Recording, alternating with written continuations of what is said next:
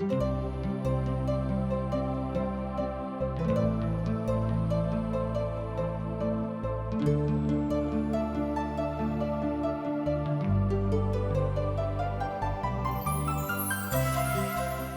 शास्त्र आध्यात्मिक मार्गदर्शनक के प्रस्तावक के संग्रहण के रूप में परिपूर्ण अछि।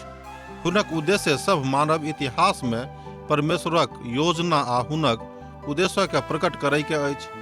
तहन पौलुस कहै छथि, सारी पवित्र शास्त्र परमेश्वर के प्रेरणा सँ रचल गेल अछि आ सिखाबऽ के लेल, ताड़ना देबऽ के लेल, सुधारऽ के लेल आ धर्म के शिक्षा के देबऽ के लेल उपयोगी अछि। मुदा जे केओ परमेश्वर के अछि वह नीक रहैत आ सब नीक काजों के लेल सुसज्जित छी। आ आशाक इजोत कार्यक्रम के यह लक्ष्य अछि कि ई सब बातों में अहाँ सब के दिशा निर्देश दियौ।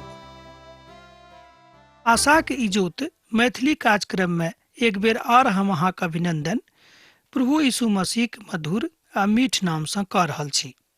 हमर भाई बहिन, कतेक बात हमरा लोकनि सीख रहल छी, मुदा प्रभु हमरा सबके सिखा रहल छथि, किएक तऽ हमरा सब प्रभु सँ सीख रहल छी।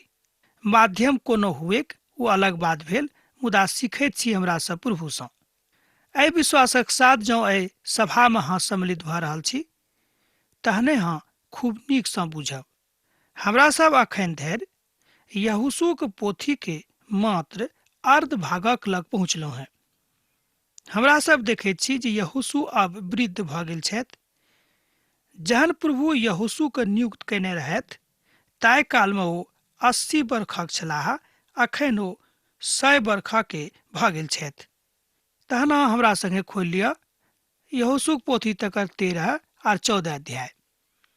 बाचा के भूमि में इस्राएली लोग दिन बड़ जल्दी जल्दी कटि रहल छनि। आब इस्राएली के जे भूमि छनि से दूध आ मधुक भूमि भऽ गेल छनि। आब ओ सब बड़ प्रसन्न भऽ गेल छथि। बा एना अहाँ बाजि सकलहुँ हैं कि इजरायली सब अपन जिंदगी के ठाम खूब नीक सँ बिता रहल छथि, किएक तऽ ओ सब अखन वाचा के भूमि में, प्रतिज्ञा के भूमि में छथि। हमर भाई बहिन, जँ अहाँ अपन जिंदगी में प्रभु के लेल बिता रहल छी, जँ अहाँ अपन जिंदगी के प्रभु के कारणे जीवित छी, तऽ हम कहब कि अहाँ सँ आर दोसर कोनो मनुख बेसी भाग्यवान नहि छथि। ऐसा नीक आर दोसर कोनो बात मनुख जाति के लेल नहि भऽ सकैत छै। अब इजरायली के जे बाह्य दुनिया रहनि से बड़ कठिन भऽ गेल रहनि, किएक तऽ ओ सब आब सुस्त भऽ गेल छथि। किएक तऽ बाचा के भूमि भेटला के बाद ओ सब बड़ आनंदक अनुभूति कऽ रहल छथिन। तहन प्रश्न उठैत अछि कि मनुख जाति कई तरह सुस्त होयबाक आवश्यकता थिक। हमर भाई बहिन, हम कहब जे नहि, आ पवित्र पोथी बाइबिल सेहो कहैत अछि जे नहि। जतेक भूमि के प्रभु हुनका सभक लेबाक आज्ञा देने रहथि, ओहि समस्त भूमि पर ओ सब अपन अधिकार नहि कयने रहथि।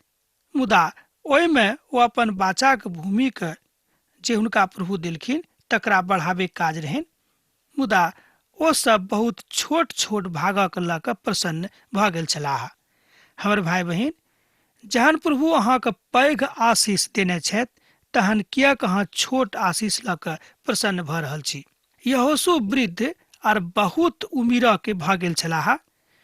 प्रभु हुनका सँ कहलनि, अहाँ वृद्ध आर बहुत उमिर के भऽ गेलहुँ हैं, बहुत देश बचि गेल अछि जे अखन धरि इजरायली के अधिकार में नहि आयल अछि। एहि बातक अहाँ एक पद में देख सकैत छी 13 अध्याय के। एहि कथा के सत्यापनक लेल अहाँ साधु पौलक दिस देख सकलहुँ हैं।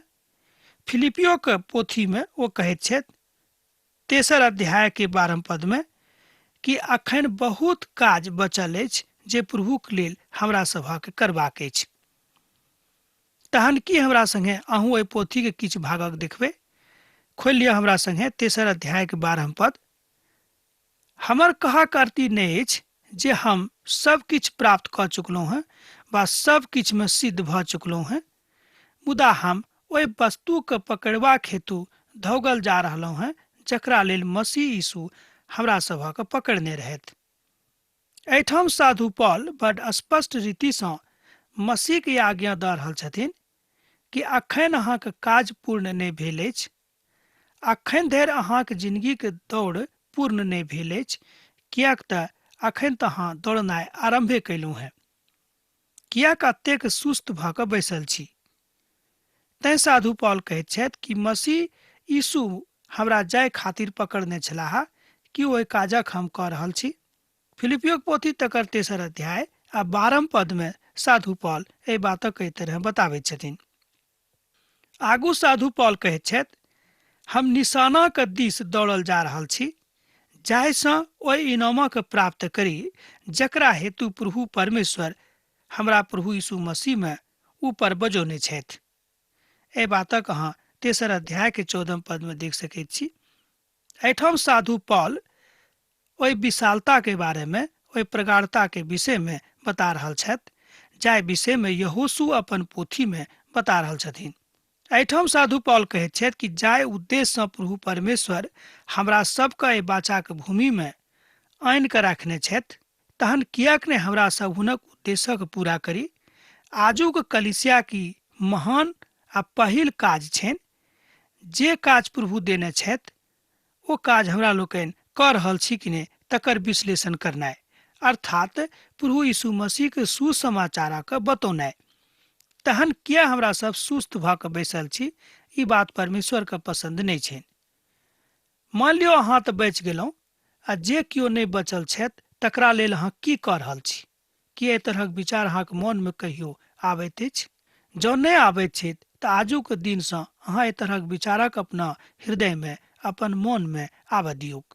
अब हुनक दोसर काज भऽ गेलनि जे ओहि भूमिके विभाजित करनाइ आ इस्राएली जातिक जे 2.5 गोत्रक समर्पण करनाइ।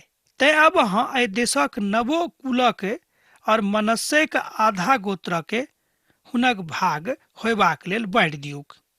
एहि बातक यहोशू पोथी हमरा लोकनि देखैत छी 7 पद में 13 अध्याय के। तकरा संगे रूबेनियों के और गादियों के आ ओहि भागक मिल चुकल रहेक जकरा मूसा यरदनक पूर्व देने रहथि, किएक तऽ प्रभुक दास मूसा हुनका एहि बातक दऽ देने रहथिन। एहि बातक अहाँ 8 पद में पढ़ि कऽ देख सकैत छी। तहन एक बेर हमहूँ पढ़ी अहाँक संगे। तकरा संगे रूबेनियों के और गादियों के तऽ ओहि भागक मिल चुकल रहेक जकरा मूसा यरदनक पूर्व देने रहथि, किएक तऽ प्रभुक दास मूसा हुनका देने छलखिन। यहोशू जे आज्ञा 1 अध्याय के 6 पद में दऽ रहल छथि तकरा एहिठाम पूरा होइत हमरा लोकनि देखैत छी, और ओहि कथाक सेहो पूर्ण होइत हमरा लोकनि एहिठाम देखैत छियै जे स्पष्ट रीतिसँ बतायल गेल अछि। हमर भाई बहिन, एही तरह हमरो सभक परमेश्वरक आज्ञाके पूर्ण रीतिसँ आ स्पष्ट रीतिसँ मानबाक अछि। यह बात आजुक दिन हमरा लोकनि 13 अध्यायसँ सिखलहुँ हैं। अब हमरा सब कनिक 14 अध्याय के दिस ध्यान करब। तकरा एहि तरह बतायल गेल छै। कालेबक हेब्रोन प्रभागक भेटैत छनि।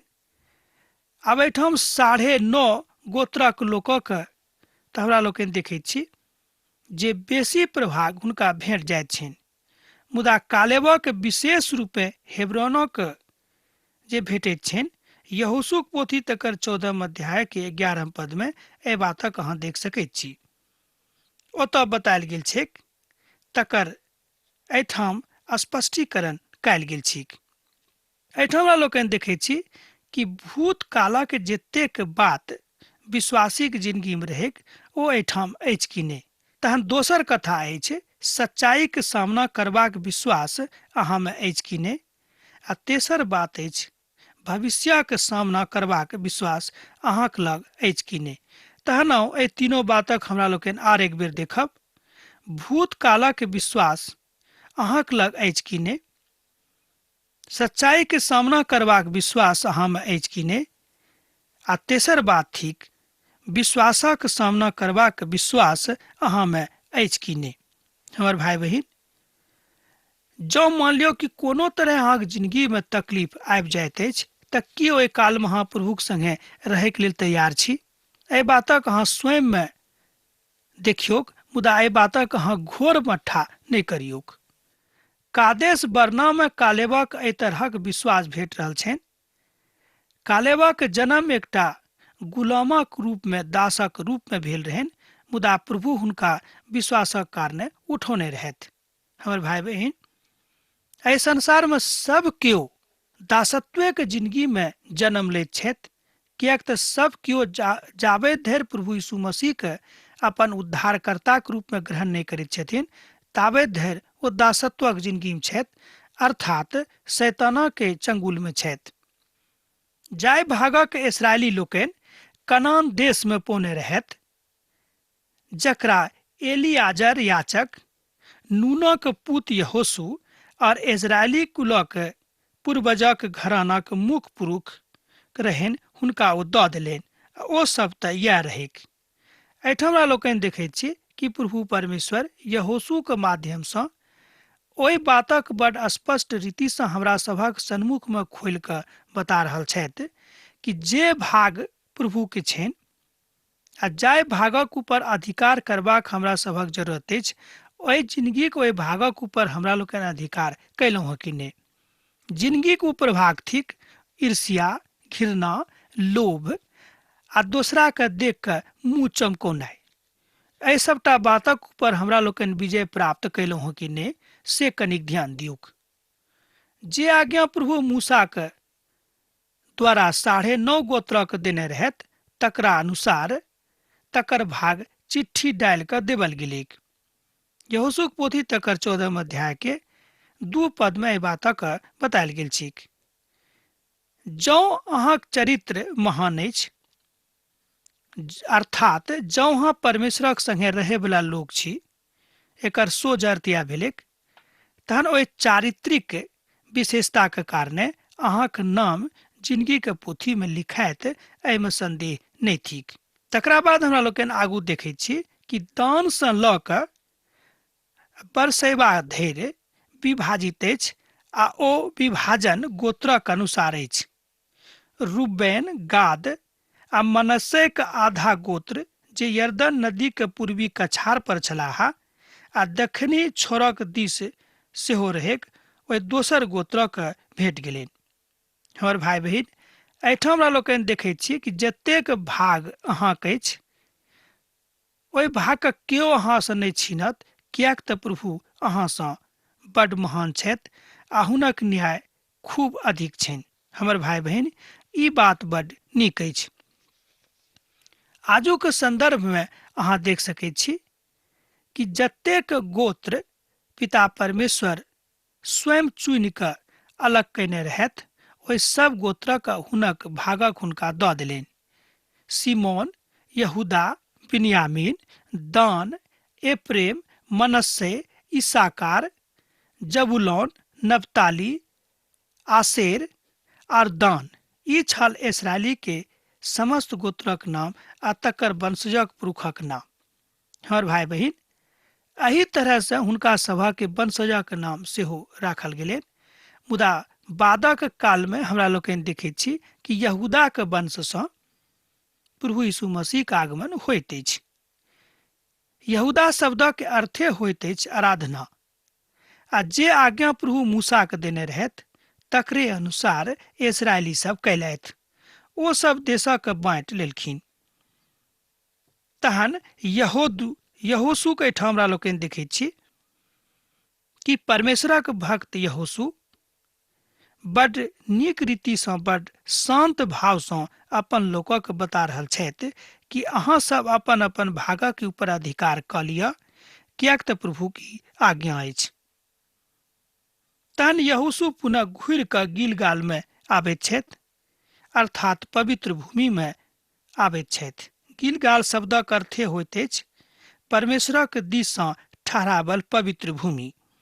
हमर भाई बहिन, जे बात हमरा लोकनि देखैत छी, से बात भऽ सकैत अछि कि काल्हि असत्य भऽ जायत, मुदा जे बात प्रभु देखैत छथि ओ बड़ सत्यक अछि। कनजी यपुत्रे के पुत्र कालेब हुनका सँ कहलनि, अहाँ जानैत होयब जे प्रभु अहाँक संगे छथि। हमर भाई बहिन, सब गोटे जानैत छी कि प्रभु हमरा सभक साथ दैत छथि, मुदा एक बादो कि हमरा सब प्रभुक ऊपर विश्वास करैत छी कि एहि तरहक भावना हमरा सभक लग अछि, तहन एहि सबटा बातक ऊपर विचार करनाइ जरूरी थिक। प्रभु कादेश बरना में परमेश्वरक जन मूसा सँ आ हमर और अहाँके विषय में की बाजने रहत तकरा अहाँ पवित्र पोथी में पढ़ि कऽ देख सकैत छी। जहन प्रभुक दास मूसा हमरा एहि देशक भेद लेबाक लेल कादेश बरना सँ पठौने रहत, ताहि काल में हम 40 बरखक छलहुँ हेँ, और हम सच्चा मन से हुनका लग संदेश अनने रहौं। हमर संगहतिया जे हमरा संगे गेल छलाह, ओ तऽ प्रजाक लोकक मोन निराश कऽ देने रहथि, मुदा हम तऽ प्रभु परमेश्वरक बातक पूर्ण रीति सँ मानैत रहौं। एहिठाम यहोशू एहि बातक बता रहल छथिन कि जहन कादेश बरना सँ एहि बातक आज्ञा हमरा भेटल मूसा के माध्यम सँ कि अहाँ जाके ओहि देशक के भेदिया बन के जाऊं आ ओहि देशक के खबर हमरा दियो, तहन हम एहन कोनो बात अपन लोक के नहीं बतेलिए जाय सँ हमर लोकक के मन छोट भ जाए। हमर भाई बहन, जे सत्य थिक तकरा अहाँ सत्य जकाँ बता दियौ। झूठक सहारा लऽ कऽ कहियो अपन जिंदगी के आगाँ नहीं लऽ जाऊं, किएक तऽ झूठक सहारा लऽ कऽ अहाँ बहुत दिन धरि जीवित नहीं रहि सकलहुँ हेँ। एहिठाम हमरा लोकनि देखैत छी कि परमेश्वरक जन अर्थात मूसा एहि बातक बताबैत छथि, आ वएह बातक हुनक शिष्य यहोशू सेहो एहिठाम बता रहल छथिन, जे प्रजा लोकक के मन छोट नहीं हुए, निराश नहीं हुए। एहि तरहक समाद लऽ कऽ हम ओहि देश सँ आयल छलहुँ हेँ। कालेब एहन लोग छलाह जे प्रभुक बातक पूर्ण रीति सँ मानैत छलाह। जँ अहूँ बड नीक जिंदगी बिताबे के इच्छा राखैत छी तऽ परमेश्वरक बातक पूर्ण रीति सँ अपना जिंदगी में लागू करू आ पूर्ण रीति सँ प्रभु के मान के चलू। आ जहन अहाँ एहि बातक लेल एकटा निज प्रजा बने के इच्छा राखैत छी तऽ प्रभु के दिस सँ जे भाग अहाँक लेल नियुक्त अछि तकरा जरूर प्रभु अहाँक दऽ देताह। अब देखियो, जाय सँ प्रभु मूसा सँ ई वचन बाजने रहत, तहिया सँ 45 बरख भऽ गेल रहनि, जाय में इस्राएली निर्जन प्रदेश में घुरैत फिरैत छलाह। ओहि में प्रभु अपन कहबाक अनुसार हमरा जीवित रखलाह, और अब हम 85 बरख के थिकौं हैं। एहिठाम अपना उमिरक विषय में बताबैत छथि।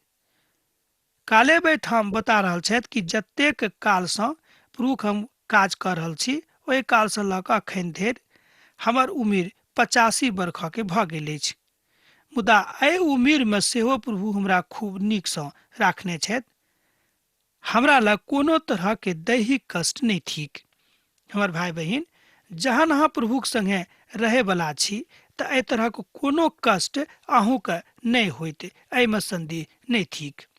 जतेक बल मूसा के बैठेबा के दिन में हमरा में छल, ओतेक बल अखनो धरि हमरा में अछि। युद्ध करबाक बा युद्ध के भीतरक बात हमरा में अखनो धरि विद्यमान अछि। तहन जयबाक लेल जतेक सामर्थ्य हमरा में ओहि काल में छल, ओतबे सामर्थ्य एखनो हमरा में अछि। एहि बातक ओ स्वयं अपना मुख सँ बाजि रहल छथि। जँ अहाँक लग पवित्र पोथी बाइबिल अछि तऽ यहोशू पोथी तकर 14 अध्याय 10 पद आ 11 पद के अहाँ पढ़ि कऽ देखियौ। एहिठाम एहि बातक अभिव्यक्ति खूब खोलि कऽ भऽ रहल अछि। तहन आखिरी 11 पदक हम पढ़ैत छी, कनि अहाँ ध्यान दऽ कऽ सुनियौ। जतेक बल मूसा के पठेबाक दिन हमरा में छल, ओतेक बल एखनो धरि हमरा में अछि। युद्ध करबाक बा युद्ध के लेल भीतर आ बाहर अयबाक जेबाक लेल जतेक सामर्थ्य हमरा में ओहि काल में छल, ओतबे सामर्थ्य अखनो हमरा में अछि। बड खोल को बता रहल छथिन कि देख कऽ अहाँ नहीं बुझबे कि हम वृद्ध भऽ गेल छी आ परमेश्वरक लेल युद्ध लड़बाक लेल नहीं जा सकलहुँ हैं, से बात नहीं। किएक तऽ परमेश्वर हमरा एखनो ओतबे सामर्थ्य बना कऽ रखने छथि जतेक सामर्थ्य ओ हमरा 45 बरख पहिने बना कऽ रखने छलखिन। अर्थात कालेब 85 बरखक भऽ गेल छथि, मुदा ओ गवाही दऽ रहल छथि कि जतेक सामर्थ्य प्रभु हमरा मूसाके कालमे देने छलखिन, ओतबे सामर्थ्य एखनो हमरा लगमे अछि। ई बात बड्ड नीक अछि। परमेश्वरक दृष्टिमे अहाँ एहि बातक बुझि कऽ आगाँ बढ़ि सकलहुँ हेँ।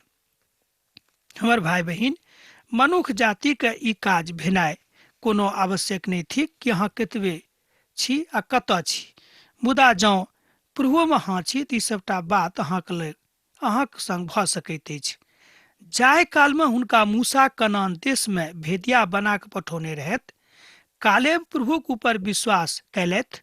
अर्थात ओ इस्राएलीके गवाही दैत छथि कि जे केओ ईश्वरवादी छथि आ मनुखक ऊपर विशेष विश्वास नहि राखैत छथि, ओ कालेबक जकाँ खूब डंकाक चोट पर बाजि कऽ बता सकैत छथि कि देखियौ, प्रभु हमरा एखनो ओतबे मजगूत राखने छथि जतेक मजगूत ओ हमरा पहिने राखने छलाह।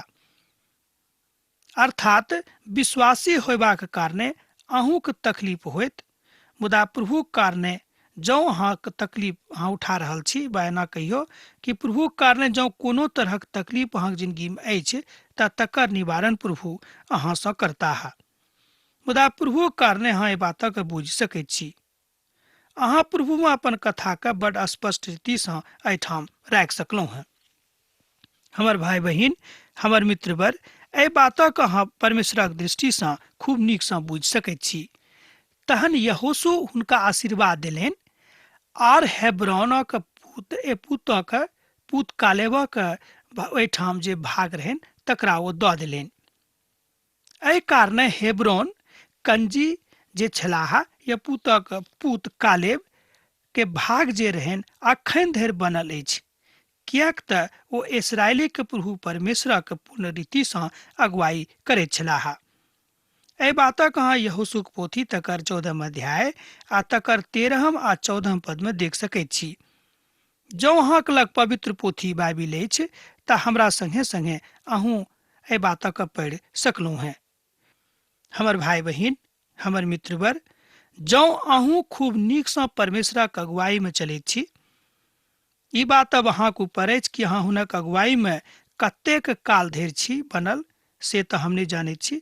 मुदा जौन सत्य रूपे अहाँ परमेश्वरक संगे चलऽ वाला लोग छी तऽ निश्चित रूपेण पिता परमेश्वरक ओहि प्रेमसँ जे प्रभुके प्रेम अछि, क्रूसक प्रेम अछि, जँ अहाँ एहि प्रेमक जानैत छी तऽ कहियो अहाँ प्रभुके छोड़ि कऽ नहि जायब।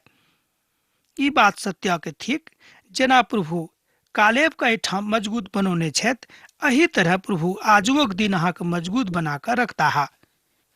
किएक तऽ अनंत जिंदगीके सोता प्रभु यीशु मसीह थिकाह, तहन हुनके संगे अहाँ अनंत जिंदगीमे प्रवेश पाबि सकलहुँ हैं। अब आजुक अध्ययन हमरा एही ठाम समाप्त करबाक आज्ञा दिअ, किएक तऽ अहाँसँ विदा होयके काल भऽ रहल अछि। हाँ, जेना अहाँसभ पाती लिखैत रहैत छी, लिखैत रहब, बिसरायब नहि। प्रभु यीशु मसीह ने सैत घड़ी अहाँके जिंदगी में बनल रहेक। आमीन।